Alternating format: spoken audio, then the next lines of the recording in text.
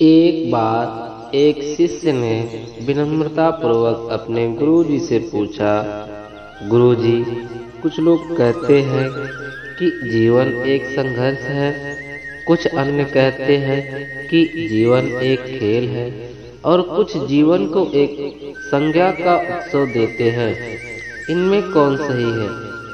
गुरुजी ने तत्काल बड़े धैर्यपूर्वक उत्तर दिया, पुत्र, जिन्हें गुरु नहीं मिला उनके लिए जीवन एक संघर्ष है, जिन्हें गुरु मिल गए उनका जीवन एक खेल है, और जो लोग गुरु द्वारा बताए गए मार्ग पर चलने लगते हैं मात्र वे ही जीवन को एक उत्सव का नाम देने का साहस जुटा पाते हैं। यह उत्तर सुनने के बाद भी शिष्य पूरी तरह से संतुष्ट न था। गुरुजी को इसका आभास हो गया। वे कहने लगे, लो तुम्हें इसी संदर्भ में एक कहानी सुनाता हूँ। अगर ध्यान से सुनोगे तो स्वयं ही अपने प्रश्नों का उत्तर पा सकोगे।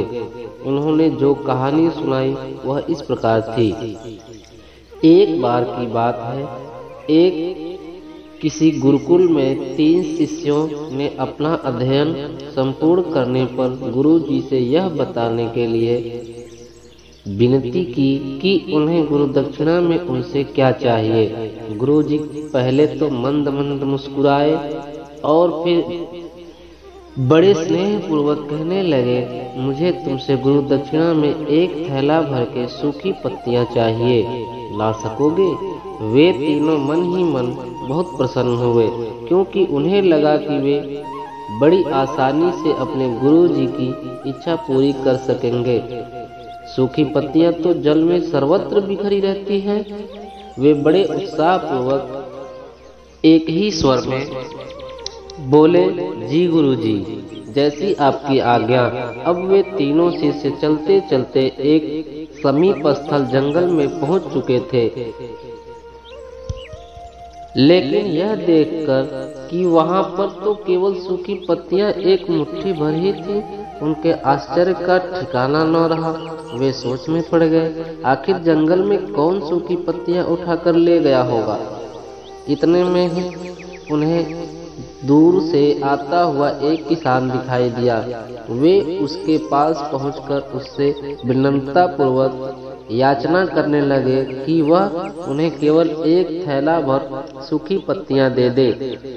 अब उस किसान ने क्षमा याचन करते हुए उन्हें यह बताया कि वह उनकी मदद नहीं कर सकता, क्योंकि उसने सूखी पत्तियों का ईंधन के रूप में ही पहले उपयोग कर लिया था।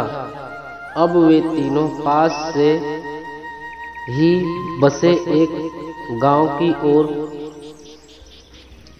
इस आशा से बढ़ने लगे थे कि वो हो सकता है वहां उस गांव में उनकी कोई सहायता कर सके।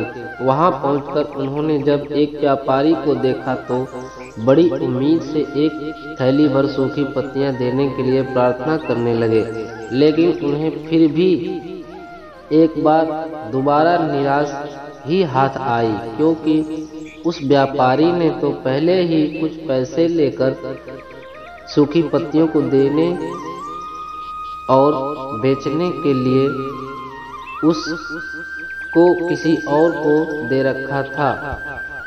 लेकिन उस व्यापारी ने उदारता दिखाते हुए उन्हें एक बूढ़ी माँ का पता बताया जो सूखी पत्तियां एकत्रित किया करती थी।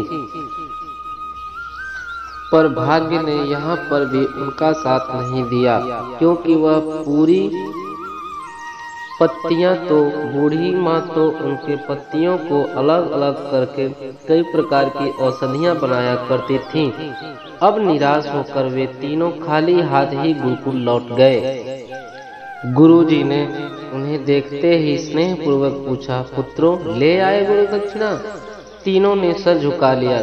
गुरुजी द्वारा दोबारा पूछे जाने पर उनमें से एक शिष्य कहने लगा, गुरुदेव, हम आपकी इच्छा पूरी नहीं कर सके। हमने सोचा था कि सूखी पत्तियां तो जंगल में सर्वत्र बिखरी ही रहती हैं, इन कोई क्या करेगा।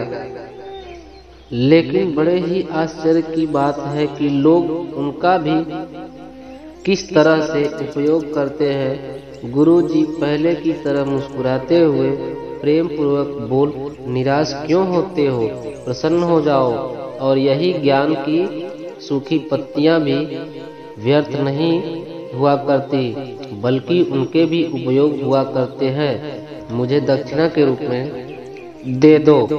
तीनों शिष्य गुरु जी को प्रणाम करके खुशी खुशी अपने अपने घर चले गए। वह शिष्य जो गुरु की इच्छा कहानी को सुन रहा था, अचानक बड़े उत्साह से बोला, गुरुजी, अब मुझे अच्छी तरह से ज्ञात हो गया कि आप क्या कहना चाहते हैं।